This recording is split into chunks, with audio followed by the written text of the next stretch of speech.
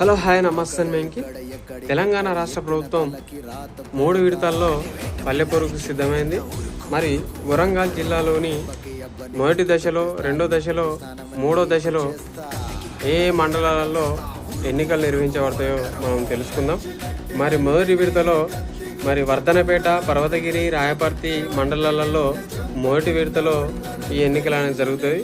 మరి సెకండ్ విడతలో దుగ్గొండి, నల్లవెల్లి, గీసుకొండ, సంగెం ఈ మండలాలలో సెకండ్ విడతలో ఎన్నికలు నిర్వహించబడతాయి.